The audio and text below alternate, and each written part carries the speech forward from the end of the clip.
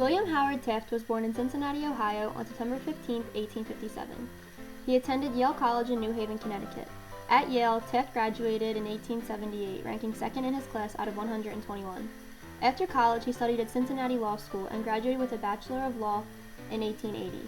In 1886, Taft married Helen Nettie Herron. They had 3 children, Robert, Charles, and Helen. Taft accepted many political appointments, starting in 1887 when he was asked to fill the term of a judge in Ohio Superior Court. He was elected to a 5-year term in 1888. In 1890, he was appointed as U.S. Solicitor General, the 3rd highest position in the Justice Department. 2 years later, he began serving as a judge on the U.S. 6th Circuit Court of Appeals.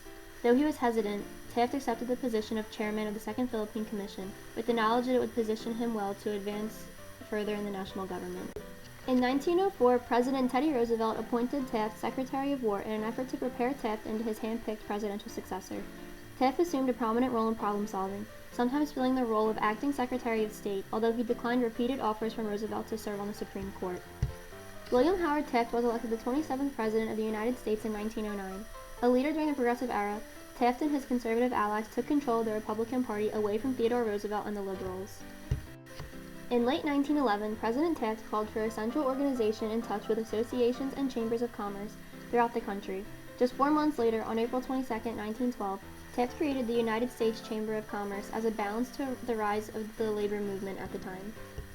In his only term, Taft's domestic plans emphasized trust-busting, civil service reform, strengthening the Interstate Commerce Commission, improving the performance of the Postal Service, and passing of the 16th Amendment. In the area of federal spending, Taft initiated reforms which would revolutionize the executive's role in the federal government's budget process. Taft ordered each department to begin submitting its requests to the cabinet for review.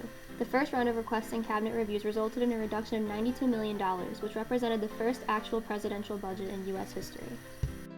As the Republican platform says, the welfare of the farmer is vital to that of the whole country. The prosperity of the country rests peculiarly upon the prosperity of agriculture. Just now, one of the strongest hopes of returning good times is based on the business which the farmers' crops are to afford. The Republican Party during the last 12 years has accomplished extraordinary work in bringing the resources of the national government to the aid of the farmer. He is vitally interested in the restraining of excessive and unduly discriminating railroad rates, in the enforcement of the pure food law, in the promotion of scientific agriculture, and in increasing the comforts of country life, as by the extension of free rural delivery and the building of good roads.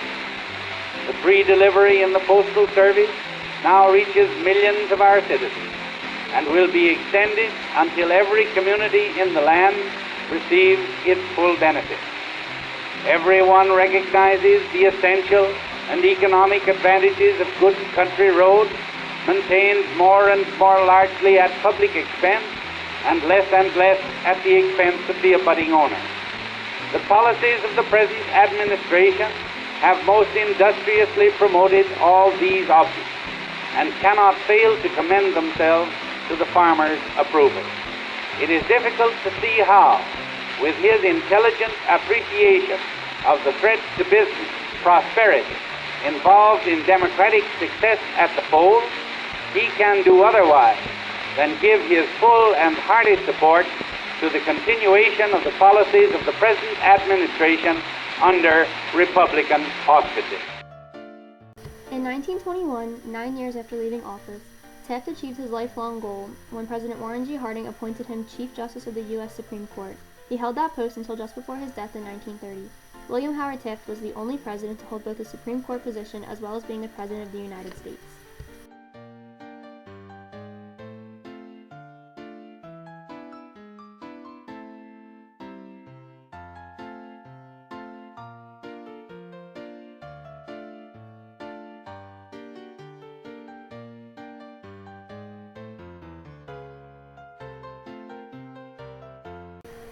William Taft was a president for the people. He believed that the lower class people should not be forgotten during America's time of industrialization.